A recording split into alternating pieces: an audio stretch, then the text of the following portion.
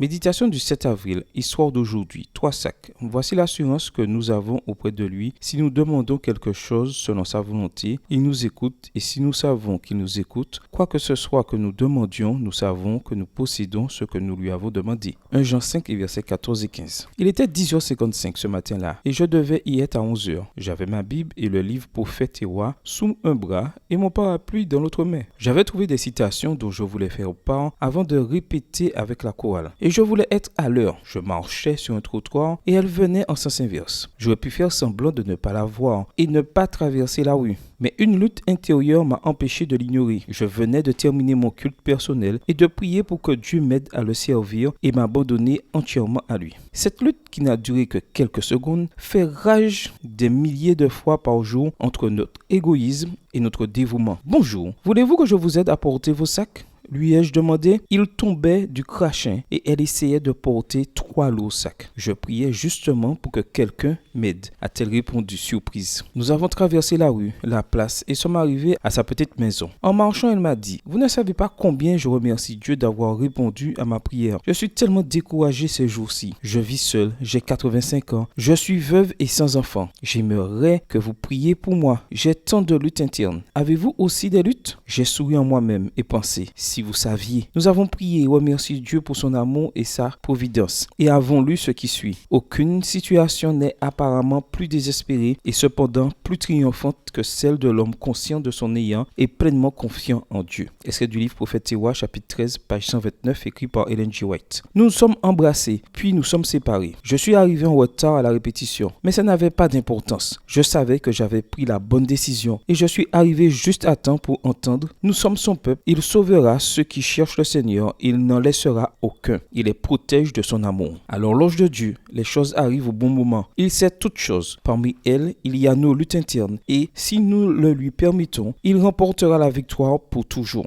Aujourd'hui, ne doute pas en entendant cette voix qui t'appelle à lutter contre ton égoïsme. Dieu te récompensera grandement. Bonne journée à toi et que le Seigneur te bénisse.